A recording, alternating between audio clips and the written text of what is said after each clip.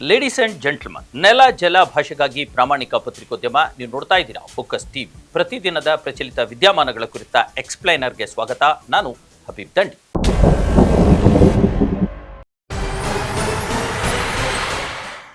S ವೀಕ್ಷಕರೇ, ನಿನ್ನೆ ಅಷ್ಟೇ ವಿಧಾನಸಭಾ ಅಧಿವೇಶನ ಮುಕ್ತಾಯ ಆಗಿದೆ. ಅಧಿವೇಶನ ಮುಕ್ತಾಯ ಆಗಿರ್ತಕ್ಕಂತಹ ಬೆನ್ನಲ್ಲೇ ಒಂದು ದೊಡ್ಡ ಮಟ್ಟದ ಎರಡು ಬೆಳವಣಿಗೆಗಳು ರಾಜ್ಯ ಕಾಂಗ್ರೆಸ್ ಪಕ್ಷದಲ್ಲಿ ಮತ್ತು ಕಾಂಗ್ರೆಸ್ ಸರ್ಕಾರದಲ್ಲಿ ನಡೆದು ಬಿಟ್ಟಿವೆ. ಹಾಗಾಗಿ ಇದು ರಾಜ್ಯ ಸರ್ಕಾರದ ಮೇಲೆ ಯಾವ ಒಂದು ಪರಿಣಾಮವನ್ನು ಬೀರಬಹುದು ಅನ್ನುವಂತಹ ಒಂದು ಚರ್ಚೆ ಈಗ ರಾಜ್ಯ ಕಾಂಗ್ರೆಸ್ನಲ್ಲಿ ಮತ್ತು ಪಕ್ಷದಲ್ಲೂ ಕೂಡ ಶುರುವಾಗಿರ್ತಕ್ಕಂಥದ್ದು. ನೋಡಿ, ಈಗಾಗಲೇ ಕುರ್ಚಿ ಕಿತ್ತಾಟದ ಒಂದು ಮಾತುಗಳು ಒಂದಷ್ಟು ದಿನದ ಮಟ್ಟಿಗೆ ತಣ್ಣಗಾಗಿದ್ವು. ಅದರ ನಂತರ ಒಂದು ಕ್ಯಾಬಿನೆಟ್ ರೀಶಫಲ್ನ ಮಾತು ಕೂಡ ಒಂದಷ್ಟು ದಿನದ ಮಟ್ಟಿಗೆ ತಣ್ಣಗಾಗಿದ್ವು. ಯಾವಾಗ ಅಧಿವೇಶನ ಶುರುವಾಯಿತು, ಹೇಗೆ ಪ್ರತಿಪಕ್ಷಗಳನ್ನ, ವಿರೋಧ ಪಕ್ಷಗಳನ್ನ, JDS ಮತ್ತು ಬಿಜೆಪಿಯನ್ನ ಕಟ್ಟಿ ಹಾಕಬೇಕು, ಹೇಗೆ ಆಡಳಿತ ಪಕ್ಷವಾಗಿ ನಾವು ನಮ್ಮ ಮಸೂದೆಗಳನ್ನ ಪಾಸ್ ಮಾಡ್ಕೋಬೇಕು, ಹೇಗೆ ಒಗ್ಗಟ್ಟಾಗಿ ನಿಂತು ಹೇಗೆ ತಮ್ಮ ಅಜೆಂಡಾಗಳನ್ನು ಪೂರೈಸ್ಕೋಬೇಕು ಅನ್ನೋದ್ರ ಕುರಿತಂತೆಯೇ ಕಾಂಗ್ರೆಸ್ ಪಕ್ಷ ಮತ್ತು ಅದರ ಶಾಸಕರು ಮತ್ತು ಸರ್ಕಾರ ಗಮನವನ್ನು ಕೇಂದ್ರೀಕರಿಸಿತ್ತು. ಯಾವಾಗ ನಿನ್ನೆ ಅಧಿವೇಶನ ಮುಗಿದು ಹೋಯಿತು, ನಿನ್ನೆ ಸಂಜೆಯಿಂದಲೇ ದೊಡ್ಡ ಮಟ್ಟದ ರಾಜಕೀಯ ಬೆಳವಣಿಗೆಗಳು ಹುಟ್ಟಿದೆದ್ದು ಬಿಟ್ಟಿವೆ. ಒಂದಷ್ಟು ತಣ್ಣಗಾಗ್ಬಿಟ್ಟು ಅನ್ನುವಂಥ ಕುರ್ಚಿ ಕಿತ್ತಾಟದ ಏನು ಮಾತುಕತೆಗಳು ಮತ್ತು ಚರ್ಚೆಗಳು ಮತ್ತೆ ಶುರುವಾಗ್ಬಿಟ್ಟಿದ್ವೆ. ರಾಜಕೀಯ ಬೆಳವಣಿಗೆಗಳು ಬೆಳೆದ್ಬಿಟ್ಟಿದ್ದಾವೆ. ಹಾಗಾದರೆ ಏನಾಯ್ತು ಅನ್ನುವಂಥದ್ದು ಎರಡು ಪ್ರಮುಖ ಘಟನೆಗಳ ಬಗ್ಗೆ ನಾನು ಹೇಳ್ತಾ ಇದ್ದೀನಿ. ಏನ್ ಗೊತ್ತಾ, ನಿನ್ನೆ ಅಷ್ಟೇ ಒಂದು ದಲಿತ ಶಾಸಕರ SC/ST ಅಂದ್ರೆ ಪರಿಶಿಷ್ಟ ವರ್ಗ ಮತ್ತು ಪರಿಶಿಷ್ಟ ಜಾತಿಯ ಶಾಸಕರ ಸಭೆ ಸತೀಶ್ ಜಾರಕಿಹೊಳಿ ಅವರ ನೇತೃತ್ವದಲ್ಲಿ ಈಗಾಗಲೇ ನಡೆದಿತ್ತು. ಆದರೆ ನಿನ್ನೆ ವಿಶೇಷ ಎಂಬಂತೆ ಗೃಹ ಸಚಿವ G. ಪರಮೇಶ್ವರ್ ಅವರ ನೇತೃತ್ವದಲ್ಲಿ ಒಂದು SC/ST ಶಾಸಕರ ಸಭೆ ನಡೆದಿದೆ. ಸುಮಾರು 18 ಜನ ಶಾಸಕರು ಈ ಒಂದು ಸಭೆಯಲ್ಲಿ ಭಾಗಿಯಾಗಿದ್ರು. ಸಚಿವ ಶಿವರಾಜ್ ತಂಗಡಗಿ ಸೇರಿದಂತೆ SC/STಗೆ ಸಂಬಂಧಪಟ್ಟ 18 ಜನ ಶಾಸಕರು ಒಂದು ಖಾಸಗಿ ಹೋಟೆಲ್ನಲ್ಲಿ ಸೇರ್ಕೊಂಡ್ರು. ಅಲ್ಲಿ ದೊಡ್ಡ ಮಟ್ಟದ ಚರ್ಚೆಗಳನ್ನ ನಡೆಸಿದ್ರು ಮತ್ತು ಏನು ಅಲ್ಲಿ ಎದ್ದು ಬಂದಿರತಕ್ಕಂಥ ದೊಡ್ಡ ಮಟ್ಟದ ಕೂಗು ಏನು ಅಂತಂದ್ರೆ, ಅನುದಾನ ಅದು ಇದು ಮತ್ತಿತರ ವಿಚಾರಗಳಿಗೆ ಸಂಬಂಧಪಟ್ಟಿದ್ದೇ ಅಲ್ಲದೆ ಪರಮೇಶ್ವರ್ ಅವರು ಈ ಒಂದು ಸಭೆಯನ್ನ ಆಯೋಜನೆ ಮಾಡಿರೋದ್ರಿಂದ ದಲಿತ CM ಕೂಗು, ದಲಿತ ನಾಯಕನಿಗೆ CM ಗಿರಿಯನ್ನ ಕೊಡಬೇಕು ಅನ್ನುವಂಥ ಒತ್ತಾಯವು ಕೂಡ ಮತ್ತೆ ಹುಟ್ಟಿಕೊಂಡಿದೆ. ಅಂದ್ರೆ ಕುರ್ಚಿ ಕಿತ್ತಾಟದ ಈ ಹಗ್ಗ ಜಗ್ಗಾಟಗಳು, ರಗಳೆಗಳು, ಜಗಳಗಳು ಮತ್ತೆ ಶುರುವಾಗಿವೆ ಅನ್ನುವಂಥ ದೊಡ್ಡ ಬೆಳವಣಿಗೆ ನಿನ್ನೆ ನಡೆದಿದೆ. ಆಯ್ತಾ, ಇದು SC/ST ಅಥವಾ ದಲಿತ ನಾಯಕರ ಶಾಸಕರ ಸಭೆ ಒಂದು ಕಡೆ ಆದ್ರೆ, at the same time simultaneous ಆಗಿ ಇನ್ನೊಂದು ಬೇರೆ ಕಡೆ ಖಾಸಗಿ ಹೋಟೆಲ್ನಲ್ಲಿ ಮತ್ತೊಂದು ಕಡೆ ಲಿಂಗಾಯತ ನಾಯಕರ ಮತ್ತು ಲಿಂಗಾಯತ ಶಾಸಕರ, ಅದರಲ್ಲೂ ಕಾಂಗ್ರೆಸ್ ಪಕ್ಷದ ಚುನಾಯಿತ ಲಿಂಗಾಯತ ಶಾಸಕರ ಸಭೆಯನ್ನು ಕೂಡ ನಡೆದಿದೆ. ಸ್ವತಃ ಸಚಿವರಾಗಿರ್ತಕ್ಕಂಥ MB ಪಾಟೀಲ್ ನೇತೃತ್ವದಲ್ಲಿ ಈ ಒಂದು ಲಿಂಗಾಯತ ಶಾಸಕರ ಒಂದು ಸಪರೇಟ್ ಪ್ರತ್ಯೇಕ ಸಭೆ ಕೂಡ ನಡೆದಿದೆ ಅನ್ನುವಂಥದ್ದು. ಅವರು ಕೂಡ ಈಗಾಗಲೇ ನೋಡಿ, ಒಂದು ಮಾತನ್ನ ನಿನ್ನೆ ಅಷ್ಟೇ MB ಪಾಟೀಲ್ ಅವರು ಹೇಳ್ತಿದ್ರು, ನಾವು ಲಿಂಗಾಯತರು, ನಾವು ಸಾಕಷ್ಟು ಕೊಡುಗೆಗಳನ್ನ ರಾಜ್ಯ ಕಾಂಗ್ರೆಸ್ ಸರ್ಕಾರಕ್ಕೆ ಕೊಟ್ಟಿದ್ದೀವಿ, ಸಾಕಷ್ಟು ಜನ ಚುನಾಯಿತರಾಗಿ ಬಂದಿದ್ದೀವಿ, ನಮಗೆ ಸಿಗಬೇಕಾಗಿರ್ತಕ್ಕಂಥ ಪಾಲು ಆಗ್ಲಿ ಹಕ್ಕಾಗ್ಲಿ ಸಿಗ್ತಾ ಇಲ್ಲ, ಆ ಪಾಲು ಸಿಗಬೇಕು, ನಮ್ಮ ಪಾಲು ನಾವು ಕೇಳೋದು ಯಾವ ತಪ್ಪು, ನಾವು ಕೇಳ್ತೀವಿ, ನಮಗೆ ಸಿಗ್ಬೇಕಲ್ವಾ ಅನ್ನುವಂಥ ಒಂದು ರೀತಿಯ ಅಧಿಕಾರಯುತವಾದ ಅಥವಾ ಒಂದು ಆಗ್ರಹದ ಮಾತುಗಳನ್ನ MB ಪಾಟೀಲ್ ವಿಧಾನಸೌಧದ ಮುಂದೆನೆ ನಿಂತ್ಕೊಂಡು ಕೇಳಿಬಿಟ್ರು. ನೋಡಿ, ಎಲ್ಲಾ ಸಮುದಾಯದವರು ಸೇರ್ತಾರೆ, ಲಿಂಗಾಯತರು ಸೇರಿದ್ದಾರೆ, ತಪ್ಪೇನಿದೆ. ಬೆಳಗಾಂ ಅಧಿವೇಶನದಲ್ಲಿ ಎಲ್ಲಾ ಸಮುದಾಯಗಳು ಸೇರಿದ್ದಾರೆ. ಆ ಸಮುದಾಯಗಳು ಸೇರಿ ತಮ್ಮ ಸಮಾಜದ ಸಮಸ್ಯೆಗಳ ಬಗ್ಗೆ, ತಮ್ಮ ಜನರ ಸಮಸ್ಯೆಗಳ ಬಗ್ಗೆ, ಆಮೇಲೆ ತಮ್ಮ ಸೂಕ್ತ ಪ್ರಾತಿನಿಧ್ಯಗಳ ಬಗ್ಗೆ ಎಲ್ಲ ರೀತಿಯ ಚರ್ಚೆಗಳು ಮಾಡೋದು ಸಹಜ ಆಯ್ತದ್ದು ಸರ್. ಏನ್ ತಪ್ಪಿದೆ, ಎಲ್ಲಾ ಸಮಾಜದವರು ಕೂಡಿದ್ದಾರೆ, ಲಿಂಗಾಯತರು ಸೇರಿದ್ದಾರೆ. ಈಗ ಲಿಂಗಾಯತರು ಕೂಡ 34 ಜನ ಶಾಸಕರಿದ್ದೀವಿ. ನಮ್ಗೆ 56-57 ಟಿಕೆಟ್ ಕೊಟ್ಟಿದ್ವಿ. ಬಿಗ್ಗೆಸ್ಟ್ ಬ್ಲಾಕ್ ಏನಿದೆ ಲಿಂಗಾಯತ. ನಮ್ಗೆ ಸೂಕ್ತ ಸ್ಥಾನಮಾನ, ಗೌರವ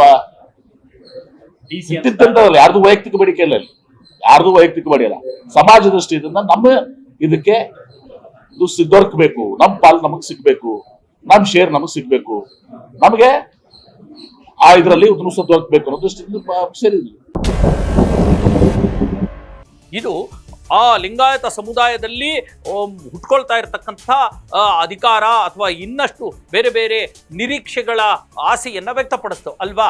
ಹಾಗಾಗಿ ಈತ ಕಡೆ ನೋಡಿ, ಒಂದು ಕಡೆ SC ST ಶಾಸಕರು, ಅದರಲ್ಲೂ ಜಿ ಪರಮೇಶ್ವರ್, ಇಷ್ಟು ದಿನ ನಾನು ಹೇಳಿದಾಗೆ ಸತೀಶ್ ಜಾರಕಿಹೊಳಿ ಅವರ ನೇತೃತ್ವದಲ್ಲಿ ಆಗ್ತಿತ್ತು, ಆದರೆ ಜಿ ಪರಮೇಶ್ವರ್ ಅವರ ನೇತೃತ್ವದಲ್ಲಿ ಆಗಿರ್ತಕ್ಕಂಥದ್ದು, KH ಮುನಿಯಪ್ಪ ಅವರಂತಹ ಹಿರಿಯ ಶಾಸಕರು ಕೂಡ ಈ ಒಂದು ಮೀಟಿಂಗಿಗೆ ಹೋಗಿರತಕ್ಕಂಥದ್ದು.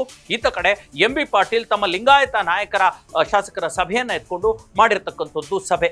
ಇದು ಈ ಒಂದು ಕಡೆ ರಾಜ್ಯ ಕಾಂಗ್ರೆಸ್ ಸರ್ಕಾರಕ್ಕೆ ದಲಿತ ಶಾಸಕರ ಸಭೆ, ಇನ್ನೊಂದು ಕಡೆ ಲಿಂಗಾಯತ ನಾಯಕರ ಸಭೆ ಇದೆಯಲ್ಲ, ಇದು ಒಂದು ರೀತಿಯ ಒತ್ತಡವನ್ನ ಕ್ರಿಯೇಟ್ ಮಾಡ್ತಾ ಇದೆಯಾ, ಪ್ರೆಷರ್ ಅನ್ನ CM ಸಿದ್ದರಾಮಯ್ಯನವರ ಮೇಲೆ ಕ್ರಿಯೇಟ್ ಮಾಡ್ತಾ ಇದೆಯಾ ಅನ್ನುವಂಥ ಪ್ರಶ್ನೆ ಹುಟ್ಕೊಂಡಿದೆ. ಹಾಗಾದ್ರೆ ಯಾವ ಕಾರಣ, ಪ್ರಮುಖ ಕಾರಣಗಳಿಗಾಗಿ ಈ ಒಂದು ಸಭೆ ನಡೀತು ಅನ್ನುವಂಥದ್ದು ಬಹಳ ಮುಖ್ಯ ಅಲ್ವಾ.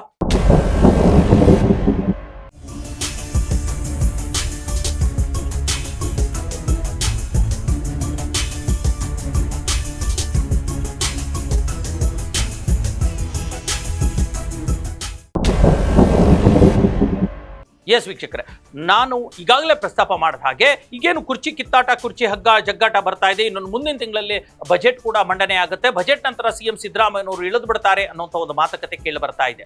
ಇದರಲ್ಲಿ ನಿನ್ನೆಯ ಈ ದಲಿತ ಮತ್ತು ಲಿಂಗಾಯತ ನಾಯಕರ ಪ್ರಮುಖ ಸಭೆಯಲ್ಲಿ ಬಹಳ ಪ್ರಮುಖ ಕಾರಣ ಅಂತಂದ್ರೆ, ಸಿದ್ದರಾಮಯ್ಯನವರ ನಂತರದ ಒಂದು ನಾಯಕತ್ವವನ್ನು ಯಾರು ವಹಿಸಬೇಕು, ಅದು ದಲಿತ ನಾಯಕರೋ ಅಥವಾ ಲಿಂಗಾಯತ ನಾಯಕರೋ, ಇನ್ನೂ ಒಬ್ಬರಿದ್ದಾರೆ ಒಕ್ಕಲಿಗ ನಾಯಕರು ಕೂಡ ಈಗಾಗಲೇ DK ಶಿವಕುಮಾರ್ ಅವರು ಅದನ್ನ ಮುಂದುವರಿಸಿಕೊಂಡು ಹೋಗ್ತಾ ಇರ್ತಕ್ಕಂಥದ್ದು. ಆದ್ರೆ ಸದ್ಯಕ್ಕೆ ಈ ಇಬ್ಬರು ಸಮುದಾಯದ ನಡುವೆ ಚರ್ಚೆ ನಡೆದಿದೆ ಅನ್ನುವಂಥದ್ದು ಮೊದಲ ಕಾರಣ. ಎರಡನೇ ಕಾರಣ, ಈಗಾಗಲೇ ಮಾರ್ಚ್ ಮೊದಲ ವಾರದಲ್ಲಿ ಬಜೆಟ್ ಮಂಡಿಸ್ತಾರಲ್ವಾ ಸಿದ್ದರಾಮಯ್ಯನವರು, ದಾಖಲೆಯ 17ನೆಯ ಬಜೆಟ್. ಆ ಬಜೆಟ್ ನಲ್ಲಿ ಯಾವ ಕ್ಷೇತ್ರಕ್ಕೆ, ಅದರಲ್ಲೂ SC ST ಶಾಸಕರ ಕ್ಷೇತ್ರಗಳು ಮತ್ತು ಲಿಂಗಾಯತ ನಾಯಕರ ಕ್ಷೇತ್ರಗಳಿಗೆ, ಎರಡೂ ನಾಯಕರ ಕ್ಷೇತ್ರಗಳಿಗೆ, ಶಾಸಕರ ಕ್ಷೇತ್ರಗಳಿಗೆ ತೀವ್ರ ತರದ ಅನುದಾನದ ಕೊರತೆ ಕಾಡ್ತಾ ಇದೆ. ಹಾಗಾಗಿ ಅಗತ್ಯವಾಗಿರ್ತಕ್ಕಂಥ ಅನುದಾನವನ್ನ ಕೊಡಬೇಕು, ಅದಕ್ಕೆ ಹಕ್ಕೊತ್ತಾಯವನ್ನ ಮಾಡಬೇಕು, ನಮಗೇನು ಬರಬೇಕು ಆ ಪಾಲನೆ ಬರಬೇಕು ಅನ್ನುವಂಥ ಒಂದು ಒತ್ತಾಯ ಮಾಡ್ಲಿಕ್ಕೂ ಕೂಡ ಈ ಒಂದು ಸಭೆಯಲ್ಲಿ ತೀರ್ಮಾನ ತೆಗೆದುಕೊಳ್ಳಲಾಯಿತು ಅನ್ನುವಂಥದ್ದು ಆ ಒಂದು ಸಭೆಯಲ್ಲಿ ಭಾಗಿಯಾಗಿರ್ತಕ್ಕಂಥ ಶಾಸಕರೊಬ್ಬರೇ ಹೇಳಿರ್ತಕ್ಕಂಥ ಮಾಹಿತಿ.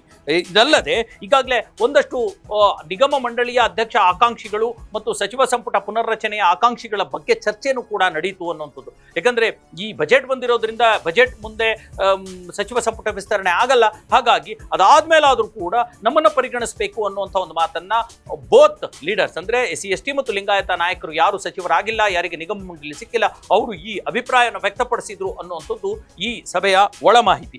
ಜೊತೆಗೆ ಚುನಾವಣೆಗೆ ಇನ್ನು ಕೇವಲ 2 ವರ್ಷ ಇದೆ ಅಲ್ವಾ. 2028ರ ಏಪ್ರಿಲ್ ಮೇ ಅಷ್ಟೊತ್ತಿಗೆ ಚುನಾವಣೆ ಬರುತ್ತೆ. ಅಲ್ಲಿವರೆಗೂ ಈಗ ಈ ಒಂದು ವರ್ಷ ಏನಿದೆ, ಸಾಕಷ್ಟು ಅನುದಾನಗಳನ್ನು ಕೊಟ್ಟರೆ ಅದಕ್ಕೆ ಕ್ಷೇತ್ರಕ್ಕೆ ಬಳಕೆ ಮಾಡಿ ಅಲ್ಲಿ ಒಂದು ಒಳ್ಳೆ ಹೆಸರು ಪಡಿಬಹುದು. ಬರೀ ಗ್ಯಾರಂಟಿಗಳ ವಿಚಾರದಲ್ಲಿ ನಿಂತುಬಿಟ್ಟು ಸರ್ಕಾರ ಯಾವ ಕ್ಷೇತ್ರಗಳಿಗೂ ಯಾವ ಶಾಸಕರಿಗೂ ಅನುದಾನನೇ ಸಿಕ್ಕಿಲ್ಲ, ನಾವೇನು ಕೆಲಸನೇ ಮಾಡೋಕ್ಕಾಗಿಲ್ಲ, ಜನ ಹೋದ್ರೆ ಬೈಕ್ ಬಂದಂಗೆ ಬೈತಾರೆ, ಹಾಗಾಗಿ ಸಾಕಷ್ಟು ಅನುದಾನ ಪಡ್ಕೊಂಡು ಜನರೆಡೆಗೆ ಹೋಗುವಂತ ಒಂದು ಕೆಲಸ ಆಗಬೇಕು ಅನ್ನುವಂಥ ಚರ್ಚೆ ಆಗಿದೆ.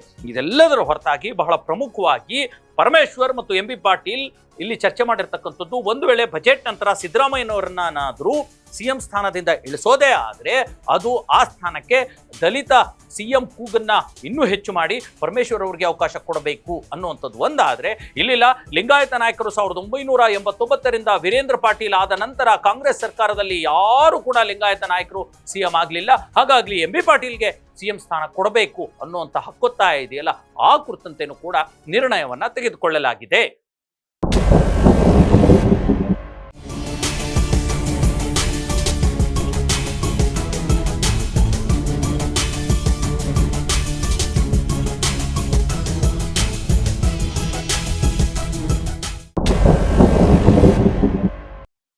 ಎಸ್ ವೀಕ್ಷಕರೇ, ಇದಾಗಿತ್ತು ಇವತ್ತಿನ ಎಕ್ಸ್ಪ್ಲೇನರ್. ಹೇಗೆ SC ST ನಾಯಕರು, ದಲಿತ ನಾಯಕರ ಸಭೆ ಮತ್ತು ಲಿಂಗಾಯತ ನಾಯಕರ ಸಭೆ ಒಂದು ಒಳಮರ್ಮಗಳೇನು ಅನ್ನುವಂಥದ್ದನ್ನ ಹೇಳಿದ್ದೀನಿ. ಪ್ರಮುಖವಾಗಿ ಇಲ್ಲಿ ಎಫೆಕ್ಟ್ ಆಗೋದು ಯಾರಿಗೆ ಗೊತ್ತಾ?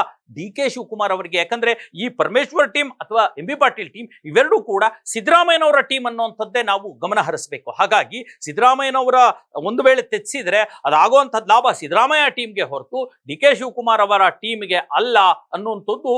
ಇದು ಕೂಡ ಒಂದು ರೀತಿಯ ಸಿದ್ದರಾಮಯ್ಯನವರ ಅಥವಾ ಅವರ ತಂತ್ರದ ರಾಜಕಾರಣದ ದಾಳ ಕೂಡ ಆಗಿರಬಹುದು, ತಂತ್ರಗಾರಿಕೆ ಇರಬಹುದು ಅನ್ನುವಂಥ ಮಾತುಗಳು ಕೂಡ ಕೇಳಿ ಬರ್ತಾ ಇವೆ. ಏನಿವೆ ಇದರ ಒಳಸುಳಿಗಳನ್ನ, ಒಳಮರ್ಮಗಳನ್ನ ನಿಮ್ಮ ಮುಂದೆ ಇಟ್ಟಿದ್ದೀನಿ. ಮುಂದಿನ ಮತ್ತೊಂದು ವಿಚಾರದೊಂದಿಗೆ ಮತ್ತೆ ನಿಮ್ಮ ಮುಂದೆ ಬರ್ತೀನಿ. ಅಲ್ಲಿವರೆಗೂ ನೋಡ್ತಾ ಇರಿ ಫೋಕಸ್ ಟಿವಿ.